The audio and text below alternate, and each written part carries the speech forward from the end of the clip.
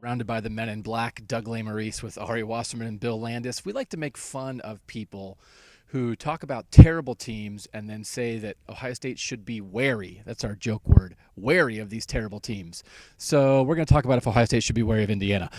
Last year, Ohio State had a bunch of games where they didn't look great early. This year, they are averaging 57 points per game, first in the Big Ten and third in major college football. Indiana just beat Michigan State. Ari, should Ohio State be wary? Every single team on the schedule that is not Michigan or Michigan State or Penn State or Wisconsin is a trap game. Every single one of them. Because, hey, what else is it if they're just going to win by 50? No, not wary at all. They're 38-point favorites again. Are you going to pick them to cover? Yes. Yeah, I think that Indiana is probably a lot better than Indiana has been in the past. I'll buy that.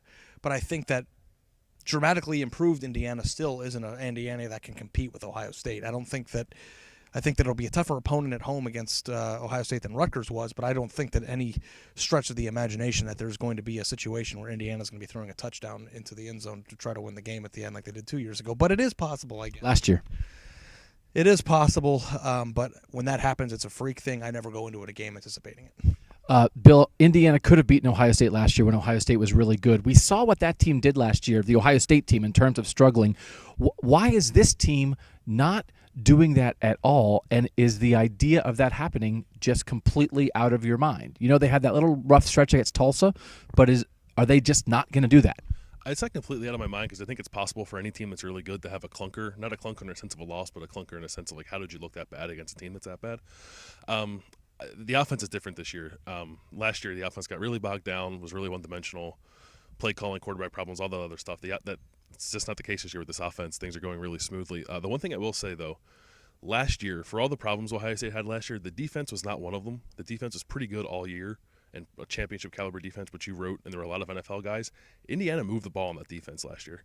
I looked the numbers up because I wanted to get into this a little bit later in the week. The only team that had more yards against Ohio State last year than Indiana was Notre Dame in the Fiesta Bowl.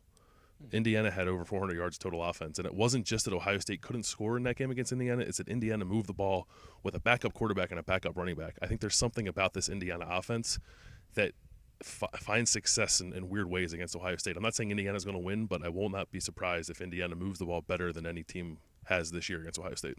That sounds like wary to me. He's Ari. He's Bill. I'm Doug. Thanks for watching at cleveland.com.